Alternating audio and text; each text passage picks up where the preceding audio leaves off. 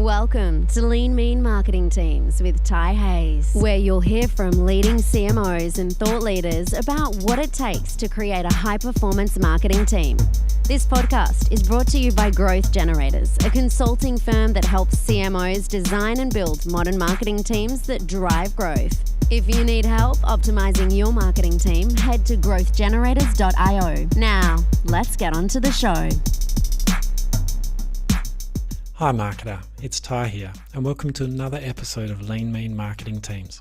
I had an absolute blast this week interviewing Leisa Bacon, Director of Audiences for the Australian Broadcasting Corporation, known fondly as the ABC here in Australia. Now as an Australian, I thought I knew a fair amount about the ABC, but I was blown away by the vastness of the ABC network, across 5 TV stations, 50 plus radio stations, and a mix of apps, social media and websites. And they're facing stiff competition across all of these platforms from the likes of Netflix, Spotify and Apple News, which we touch on lightly in our conversation. Leisa has an incredible track record in driving marketing transformation. Here in Australia, there's an annual ranking of the top 50 most innovative CMOs in the country, run by CMO Australia. Well, Leisa Bacon has been ranked on this list for the last 4 years in a row.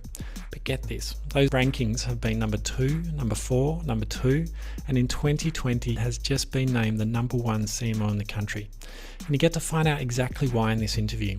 Leisa breaks down and lays out the journey that she and her team have been on over the past few years, and that's incredible. You'll hear about how she's built out a modern marketing function with experienced design, data scientists, data architects, in-house creative, in-house media and more. You'll discover how her team can turn around a campaign in a weekend, yes a weekend, and how they turned everything around to respond to COVID-19. But I personally got the most from this chat is the care that Leisa puts into leading her team and setting and aligning the team around clear priorities. You'll hear about the informal and formal communication channels that she has in place to keep the team informed and aligned, and you'll get practical tips on what you can do as a marketing leader to harness the passion of your team and drive increased staff engagement and performance. Leisa is incredibly authentic and humble about where they are and the journey they're on, and is realistic about the challenges they face. But after listening to this, I hope you feel as inspired as I am by the amazing success that Leisa and her team have had in a highly competitive and fast-paced industry.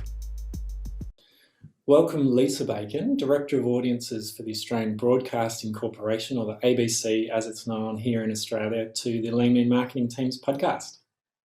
Thanks for having me. Brilliant. Now, Leisa, you have an incredible marketing career, lots of big brands and huge roles on your CV. Can you take us back to maybe where your passion for marketing started and give us a high-level view of your career today? Look, I think it's fair to say I've been passionate about marketing since my first job out of uni, which was on a grad program with Procter Gamble a very long time ago. But no better place to learn about marketing than P&G, who pretty much created brand management and segmentation, I think back in the 20s. A fun fact, actually, that soaps got their name as they were originally radio dramas funded by the big soap manufacturers like P&G. Who integrated them into programming. So yeah, I feel like my world has come full circle. There you go. Yeah. So I have had a really fortunate grounding in brand management with P&G, and then worked my way up through FMCG for many years, worked for companies like Boots and Coca-Cola, as a focus on branding and marketing in FMCG is actually very strong. So it makes it a great place to work. And it was, I guess, when I hit marketing director that I started looking at opportunities across industries to transfer those skills into new challenges. I would say my ABC role is the best gig that I've had, and the one I'm most passionate about in my career. I grew up in country Queensland, so I've had a lifelong love of the ABC. It's pretty much a lifeline in country towns. And so I was so excited to get offered this job. I'm also a big believer in lifelong learning and always challenging yourself. I've gone back and done an MBA while working and had a great opportunity to study at both Harvard and Stanford over the years, and really believe there's always something you can learn, whether it's a work challenge or a new study or something else you want to learn. So that's what drives me. Brilliant. I definitely share that passion, having worked for universities a long time and been with London Business School and undertaken some studies. I share that passion. I think it's a great capability and interest to have as a marketer, because things change all the time, so you kind of need to never stop learning. And for our global audience's benefit, can you tell them a little bit about the ABC? Yeah, look, the ABC is quite unique. It's Australia's public broadcaster, which means we're government funded, but we operate independently. So we can still report without fear or favour on anything that we need. And you kind of need that for great journalism. It's a similar model to the BBC in the UK and the CBC in Canada. So we operate 5 TV stations, over 50 radio networks, from local radio to Classic FM to Triple J, as well as a number of apps like in Australia, iView, we've got ABC Listen, ABC Kids, and a number of websites and social media. We are best known for our news coverage, which includes investigations like Four Corners, the quality of our TV content. We've had great shows like Ruin, which is a show all about advertising, stalwarts like Gardening Australia, dramas like Mystery Road and Stateless. We have some fantastic kids content. Bluey is a bit of an icon currently going around the world, but Play School is our sort of also big Australian kids show.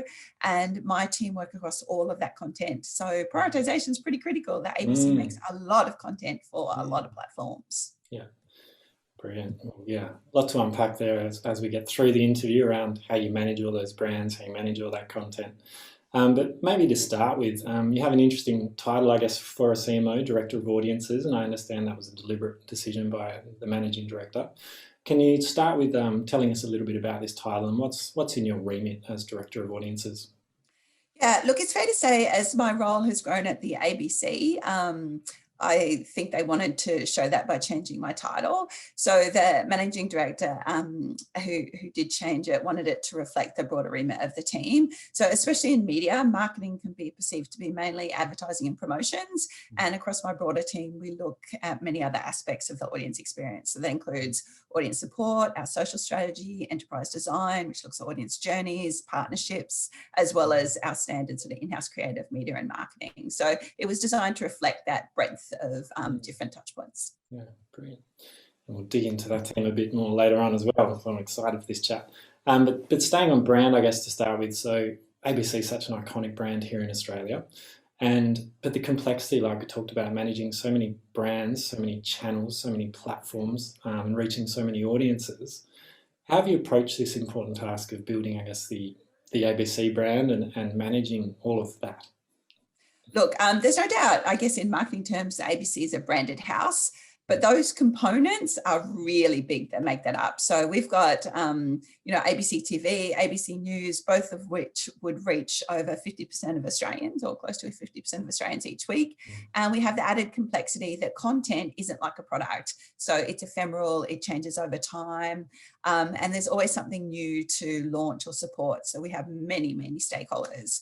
So our approach, much like the work with Benet and Field, and I'm a huge fangirl, is a combination of brand building. So let's establish the ABC, our core purpose, what we stand for, core products in people's minds for the long term. But in the short term, we've got a massive job to do on content promotion. And that's literally what drives our daily and weekly audiences to programs and products. So we've got to do both. And I think the growing focus on brand building has been a big change for traditional media and organisations like mine. And it was hard to get buy-in initially because we have a lot of content makers and they just want to see their show being supported. But as we've seen the big global players come into pretty much every category we're in, like a Netflix and a Spotify and an Apple News, I think it's really made it clear the need for brand and that creating that salience and that relevance when you're first thinking about categories and what do I want to watch tonight, or where do I get my news today, or what do I want to listen to today. So brand is very important. Yeah, absolutely. I imagine ABC is an incredibly creative place due to the variety of audiences you serve and the different programs that you offer. How important are the people at the ABC and how is that diversity harnessed to generate new content or deliver great marketing? Yeah, look, I like to say that ABC makes content. So we're in the ideas business, and that means it's all about the people. IP comes from people. So we have an incredible array of very talented content makers. And we don't just strive for diversity. We've got hard targets for diversity, both on screen and off and across every team at the ABC. So we need to look and sound like Australia to be relevant to our audiences. And that's built into all of our plans, all of our activity. The interesting thing is some of our best content is actually just happens to be our most diverse content. So for example, Mystery Road is our best performing drama. It just happens to have an Indigenous lead. Play School is one of our most popular kids shows, and it has an incredible diversity in its presenter lineup, and tells really inclusive stories. So there's no doubt that reflecting different parts of Australia has really worked for us in terms of creating broad audiences for our content. Brilliant. What about in the marketing team itself? How does that diversity help generate new creativity, and how do you make the most of the diversity in the team? Yeah, and look, I think of diversity across many different aspects, not just cultural aspects. We have a diversity of thinking. Great ideas can come from anywhere. So we try and ensure most of our teams are made up of a diverse group of people. That's both backgrounds, different divisions, to bring different ideas and come to really good outputs. That being said, we also have hard targets across our team in terms of ensuring there's a diversity of team members. And the media and marketing landscape are two industries that are changing at a rampant pace. You mentioned some of the global players that are, I guess, coming into this market, and marketing itself never stands still with it. The MarTech stack growing from a few hundred to over, I think it's 8,000 now, in a space of a few years. And I know you mentioned that you love to learn and develop, but how important is it that your team stays upskilled and up to date, and how are you going about that? Yeah, look, I've always felt media is on the pointy end of change and new technology adoption. It was actually one of the reasons I was so keen to work for a media organisation. And it's never been so true as the past year. The team have to be flexible. They have to be able to adapt quickly. I often think back and smile at my FMCG, 28-week campaign timelines. We can literally turn a campaign around on a weekend, and sometimes we have to. It's the beauty of having in-house creative and media is that you can do lots of very cost-efficient work, especially cost-efficient test and learn activities. So our creative and media teams are fantastic, and they literally get that's part of their job. We continually optimize, particularly around digital creative, and you can do that in real time. So that's very much a focus on that continual learning and iteration, but we also then have more formal development. So people can study, they can work on different projects. We have mobility into different areas of the ABC. Because I'm really passionate about study, I actively encourage this. So whether it's a Mark Whitson mini MBA, a real MBA, or even just some LinkedIn learning, everyone's actively encouraged to allocate some time to study. Brilliant. And do you have any kind of like capability plans across the business, any core skills you're trying to develop in everyone, or is it more individualised depending on the team they're in and the learning needs? Yeah, look, there's no doubt at a high strategic level, there's certain skills we need to develop because we're moving our business to be an increasingly digital first business. So there are some broader, I guess, cultural themes that we're trying to increase the number of people that work in different areas. But that being said, it is individual, and at a team level, we're really looking at what are the needs for that team for the year, where do we need to invest in learning and development. My team get together, we do a quarterly leadership forum where we look at what are the skills in the team, where do we need to do training, what's team level training versus what's department training, and then what are we doing for individuals. So we take training and development really seriously. Beautiful. And can I make any guesses, as to what have been some key themes around that? Is it, I know you take, user journeys really seriously, and data and digital, are they some of the themes that are coming through, or what are the... So again, it probably depends on the team. There's no doubt we've invested a lot to build up our digital and data capability. So we did have an audience research team that's morphed into an audience data and insights team. They now have a specific data team with data scientists, data architects in that team. That's all been built out over the last few years. Within the marketing team, we have a specialist team in digital marketing and who look at CRM, who look at SEO. So that's definitely an area for that's a big area for investment. But more broadly, I expect everyone to be data literate. So we actually are actively encouraging, training in how to use a lot of our data tools. We're very fortunate. Our AD&I team have built out fantastic dashboards. So it's very easy for everyone to access, how are we tracking? What's our Google Analytics, or what's our overnight ratings? So that's all available, in real time largely, and on analytics dashboards. Yeah, so important. Now, I thought we might go back up a level and then we'll come back down into the team again. But I thought I can't have an interview without mentioning your latest ranking as a #1 CMO in Australia in the CMO 50. So congratulations on that. and it's extremely well deserved, and not even a long time coming, but your record is amazing. I know we met back in a few years ago when I was in the CMO 50 when I was a CMO, but since then you've been ranked number 2, number 4, number 2, and then number 1. So absolutely impressive. We should rename it the CMO 5 instead of the CMO 50. The star in that. But I'd love for you to just tell us a bit about that journey you've been on at the ABC. Yeah, look, I should say firstly that this has been my, from a professional perspective, this has been my highlight year. So it was very, it was wonderful to see that recognised. And I really contribute my team to a lot of that. And we've had a massive year. We didn't just have to quickly move to working from home. For us, the pandemic was a brand defining moment. People turn to the ABC at times of crisis. We're in a crisis. So we had to replan our year very quickly to make sure we were talking about audiences to things that mattered most, that covered news, kids and education, entertainment, and then literally creating brand campaigns over a week, to get on air really quickly. So this was our moment. It was a big year, and it was fantastic to see that, I guess, recognised. But I will say, every year has been a challenge. I'm in media. We just talked about it being on the pointy end of change.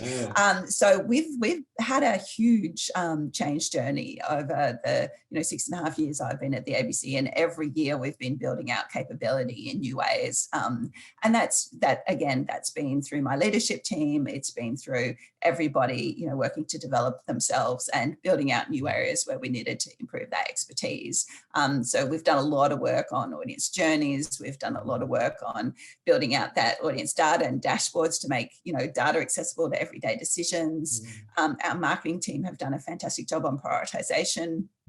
We have 4,500 people at the ABC, about 2,500 are content makers. All of them are making content, and they want their content supported. So prioritisation is massive for us, and our team being really lined up on what's important and really data literate to understand what's going to drive our KPIs has been really important. So I think we've shaped or reshaped every part of the team to be really laser focused on what we need to achieve as an organisation. Yeah, brilliant. I think I'll come back to that prioritisation piece because it's so important. Marketers, we always have more work than supplier. There's always, more stakeholders that want more from us. So prioritisation is key. But again, I might keep us at a high level. You've touched on some of the different teams, but I wonder if you can just give us a rough overview, the size of your team and I guess the functions that report into you beneath that, so the audience can paint that picture, and then we'll continue from there. Yeah. Look, I've got roughly 160 people, and I know that sounds a lot. I've come from FMCG where you had bigger budgets and less people, but because we have an in-house model for most areas, we don't really use agencies, so we save a lot of that money. So hence I have an in-house creative team, an in-house media team, a marketing team, an audience support team, enterprise design and accessibility, data and insights, social strategy, partnerships. So we've got about 7 different departments. Yeah. Awesome. Great. And how do you get them all collaborating together, those 7 different teams? There's often we talk about silos in marketing. There's also talk about cross-functional teams and coming together. What's worked for you in getting the team to really collaborate?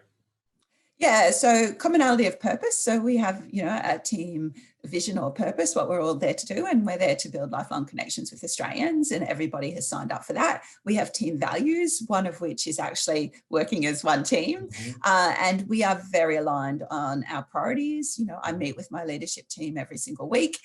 We have monthly strategy meetings to keep us aligned. We set out a really clear plan for the year. The different teams are very aware of how they're each contributing to that team and to that plan, and certainly we try and cascade down our strategic priorities and our core KPIs so people know individually how am I able to help meet those things. So that cascading through of those, I guess, core KPIs, I think helps keep everyone on the same page. But we talk a lot about priorities. In fact, it's probably a theme that will come out of this discussion, that for us, prioritisation is the most important thing, and everyone being lined up on those priorities is key.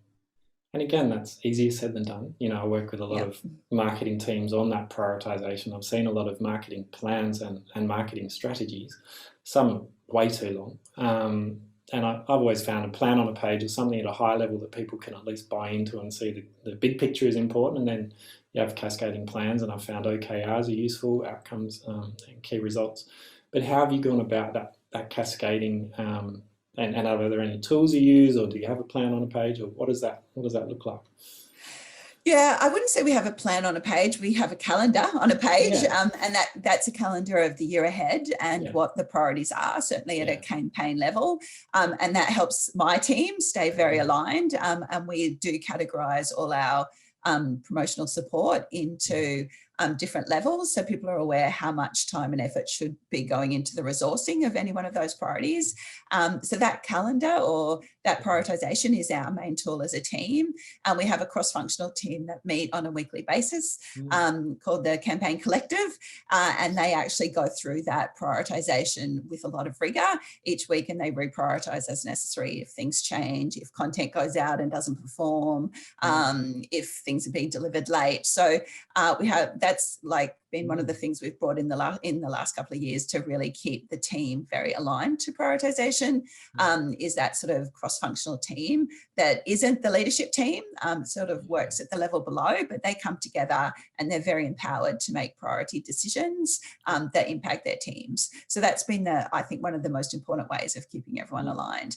But communication, nothing ever overcomes the need for really, really good communication. So particularly through COVID, when you're not in the office and everyone's at home, we've tried harder than ever to keep everyone on the same page through comms. So I do a monthly stand-up with the whole team where we talk about our priorities. I do a monthly newsletter to the whole team. Same thing, we cover priorities, we cover what's important.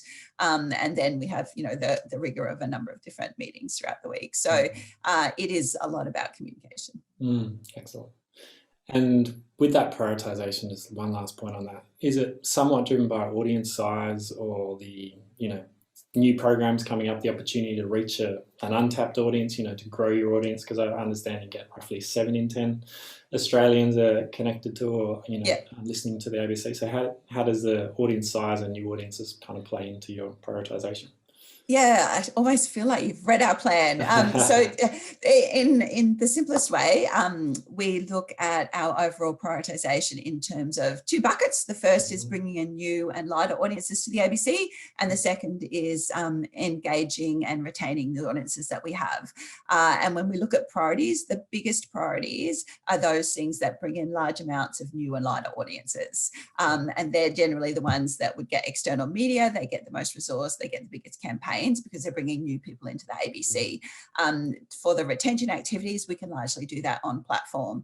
But yeah, we assign a weight dependent on the role of that activity or campaign, and then that weight determines the amount of effort and resource and money that goes into it. Great.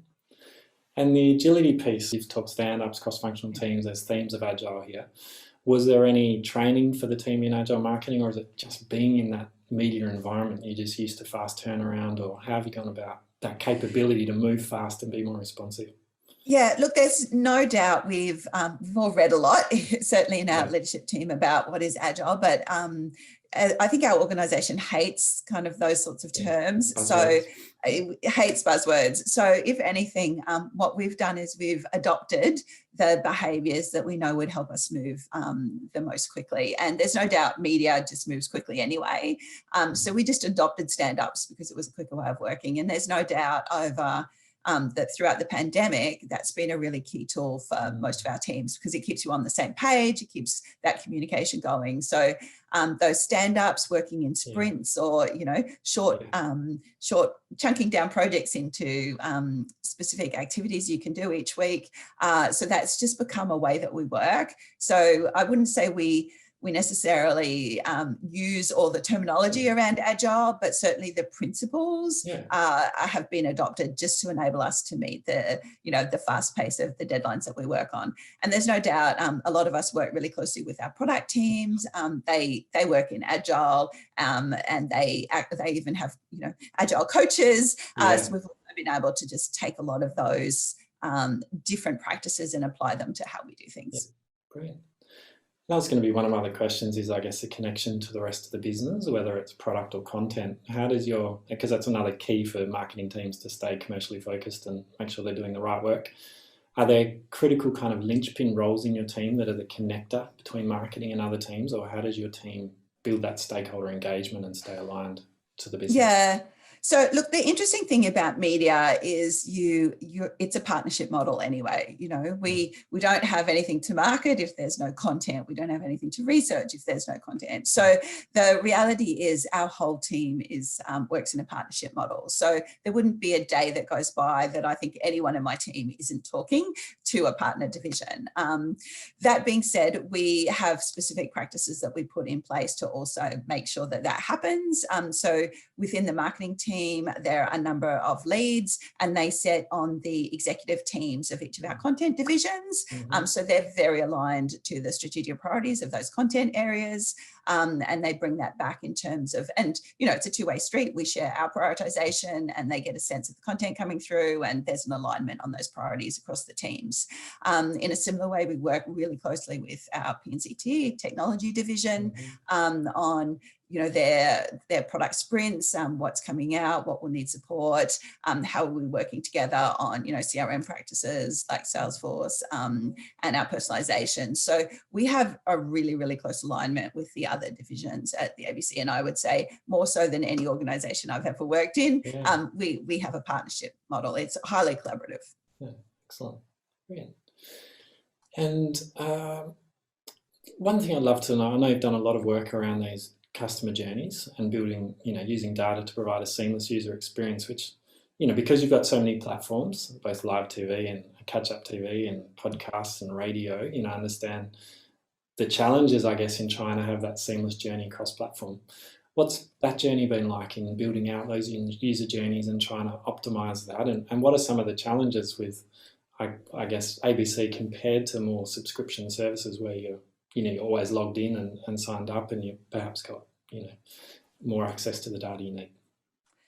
Look, there's no doubt we're on a journey, and I would say that for most organisations that have gone from a more traditional media approach to, trying to play in a digital space against, global tech behemoths who have digital first and a lot of money.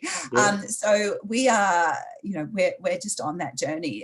We're certainly building out our own internal expertise across digital and personalization. We're investing both in the building that technology and in people to use that technology. So within my team, we've invested in enterprise design, in setting up social strategy, and I've talked about digital marketing, data and CRM, as well as accessibility. They've been all areas that we've needed to grow, and we've needed to bring in expertise, often from agencies, just to upskill ourselves in that area and make sure we've got that best of breed thinking. But we're on a journey. I don't want to overuse that word. We're nowhere near where we sort of need to be, and that's because our business is on a journey as well. And we still have more people accessing our services, certainly for entertainment on TV than we do yet on iView or Listen. So where, our pendulum hasn't completely moved yet, and we have to talk to audiences on both platforms and cater to audiences on both platforms. So, we call it a two-horse race, and we're still on both horses at the moment, and we have to make sure as we prioritize that we don't forget the really big audiences that we currently have, and that we need to take them on that journey with us. So while we're doing a lot of work building out user journeys, and there are people in my team that's all that they do. There are other people that are predominantly looking at how are we supporting our television programs and inventory. So we have to still do both at the moment, and that's one of the challenges when you see the big competitor in Australia in TV these days is Netflix. It's not other commercial broadcasters, and they've just they're so far ahead in this space. So iView has to compete with Netflix, but at the same time we've got a 5 TV networks that we're also trying to maintain. So it's a challenge, which is why prioritization is everything. Absolutely. And I imagine maintaining your customer journeys would be a challenge in itself. Like I imagine you've got walls full of these user journeys, but how do you keep them recent and current? Yeah, look, we try not to change things too much at a program level. Like we have those higher level strategies. What are we looking to do from audiences? Obviously, migration is a big user journey. So we want our TV audience to move over to our digital product, which is iView. We want our radio audience, at times to use Listen because it can serve up, bespoke digital channels and different offers, as well as podcasts and on demand.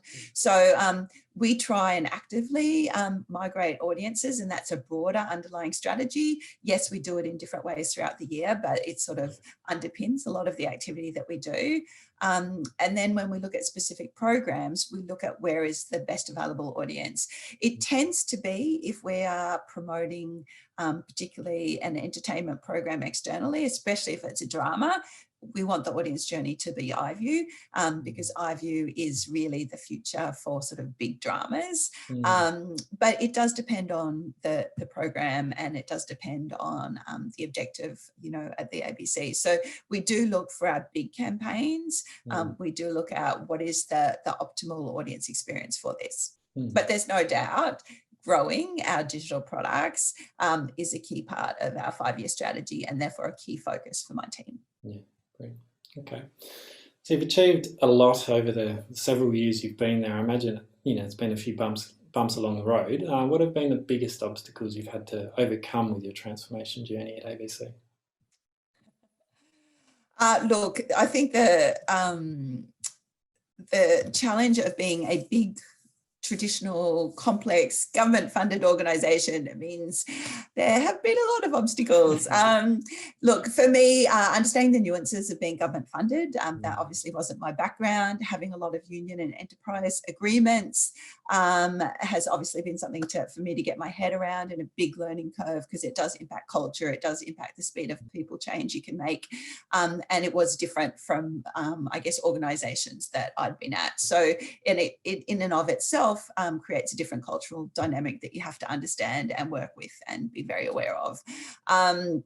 And we're doing that in an environment where I just mentioned we're competing with global digital first technology companies from around the world. So it's not like our pace of change can slow down. So there is, there is no doubt that it has been a challenge to drive change, but the people are up for it.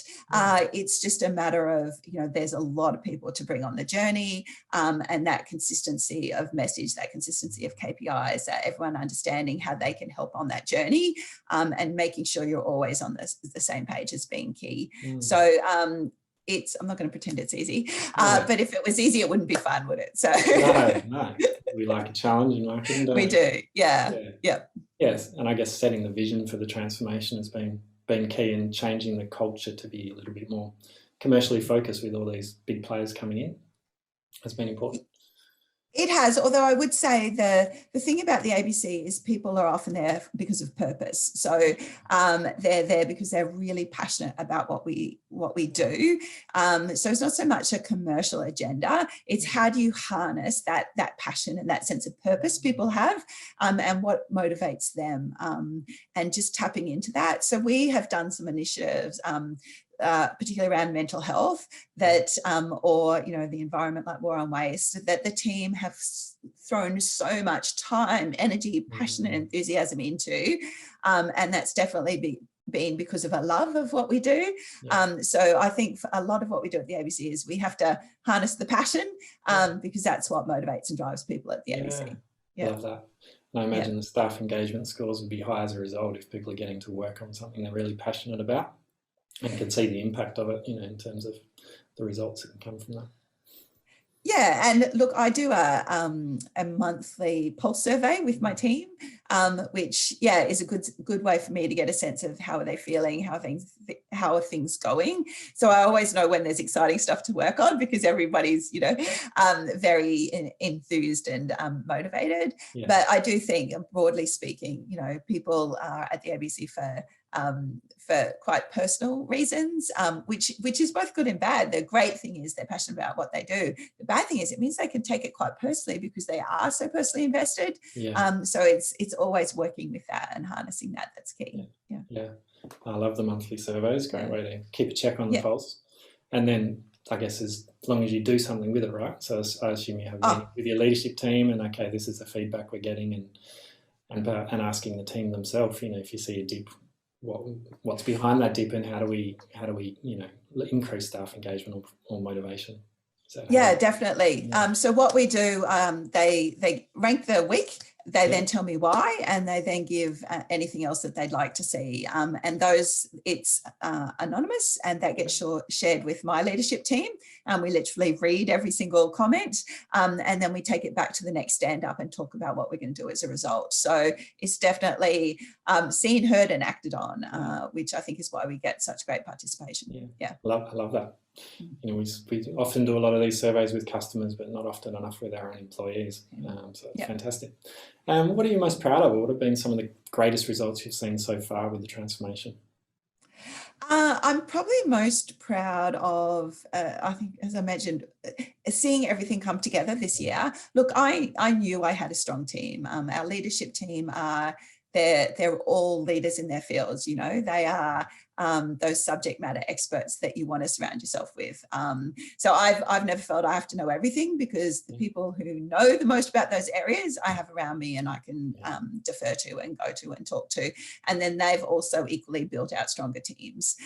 So I think I was most proud is seeing that all come together this year. So despite COVID, despite people not being at work, to see how quickly everything got delivered, how seamlessly, how well they all worked together. Probably the best I've ever seen everyone collaborate. We stayed on the same page. We delivered week after week after week. And I've never been so proud of them. Probably should tell them that more, actually. But yeah, tell them to listen to this and they'll hear it. Yeah, but I feel like we'd invested a lot over the last few years in setting up quite, good processes, good prioritization, getting everyone on the same page, and you just saw it all come through this year. Yeah. So rewarding, isn't it, when you've been through the hard yards and driving that change, and at times it feels like a real slog, but when you see those results and you see the team coming together and you see the outcomes that you can deliver, it's like, it's worth it. And there's nothing better. Worth it. Yeah, there's nothing better when it all comes together and it feels seamless and it feels great, and you see this great stuff on air, and you just go, wow, we did that. We did that. And we all worked together to do that, and everyone had a part in that. Beautiful. So what's left? What's our next then? Achieved a lot so far. It sounds like the team's on an amazing journey. What are you most excited about in the next 12 to 18 months? Look, I'm always excited about the future. I think for the ABC, it's that continued evolution to a digital-first business. For me, it's taking the team on this journey, ensuring they get the great development opportunities along the way, that we continue to challenge them and give them those new opportunities. And it's just exciting to see where we're going to end up. I've got a vision for where I think we'll end up when we become, I guess, increasingly in the digital space, and it'll be interesting to see whether that's where we end up, because I think the challenge for the future is no one knows exactly what it's going to be like, particularly with the amount of global players that we have and the different roles that they all play. But I think we can do something very unique and very distinctive as an Australian broadcaster, and I'm excited to see what that looks like. I'm excited too. I look forward to seeing it. And okay, so Leisa, that brings us to the end of the main interview. Are you ready for the Fast Five? I am, Okay. So what do you believe are 3 essential capabilities or criteria of a high-performance marketing team? Look, I think I'm going to steal our team values because for me, that really sums up what makes our team work. One of them is trust. You have to trust in each other and trust that people will do their job well. Another is be real, which is, speak directly, provide open and honest feedback, just be yourself.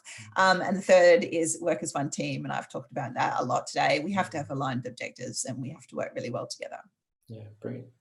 I love that. I've got actually Rob Goffey on the show. He's going to talk about authentic leadership and authenticity and how important that is. So touches on the be real. And how would you describe your marketing team's culture in one word? Passionate. People work at the ABC because they care. And even when we have issues, we call it a passion problem. So it's definitely the most passionate group of people I've ever worked with. Great. And what is one metric you've successfully used to track and measure team performance? Look, aside from tracking our KPIs, I think what I mentioned in our monthly team pulse survey is literally the best thing that we do. It just gives me a sense of what's happening in the team. What do I need to focus on? So it's a really good sanity check for me. Yeah, great. And what's one skill or capability you've learned recently that you wish you learned earlier in your career? Balance. Look, without having to commute, I've had more time for my family and health this year. And I've got to be honest, that's fantastic. I think I realised I'd been racing around a bit too much, and time with my family is actually important. You never get it back. And it has taken me until now to realise that. But balance has been my learning this year. Yeah, excellent. And what book or books have you read that you found yourself recommending to others, or you think our audience may get benefit from? Look, for marketing, I love Byron Sharp's Why Brands Grow. I think it's a great book to remember to focus on brand. But for life and leadership, I'm a huge Brené Brown fangirl, and I love Daring Greatly. It's a great read. I love her authenticity. Yeah, awesome. Fantastic. Well, thank you for those. And lastly, where can people get in touch to either learn more about yourself or the ABC?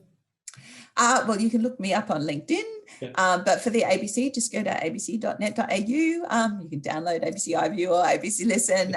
But yeah, look, we have a fantastic array of products. So, hop in, have a look at the content. Yeah, brilliant. And all those links will be in the show notes. And it's Leisa Bacon, Leisa Bacon. If you want to look her up on LinkedIn. Well, Leisa, fascinating interview. Thank you so much for sharing the journey you've been on. Absolutely remarkable success. And I can't wait to see where the ABC goes under your leadership. So thank you. Thank you. Thanks so much for having me. It's been lots of fun. You've been listening to Lean Mean Marketing Teams with Ty Hayes. If you love the show, please remember to hit subscribe so that you can discover more tips and strategies to build a high-performance marketing team. And if you're feeling generous, please tell someone about the show who you think would benefit. We're on a mission to help CMOs build their dream team and enable marketers to do their best work. And we appreciate your help in spreading the word.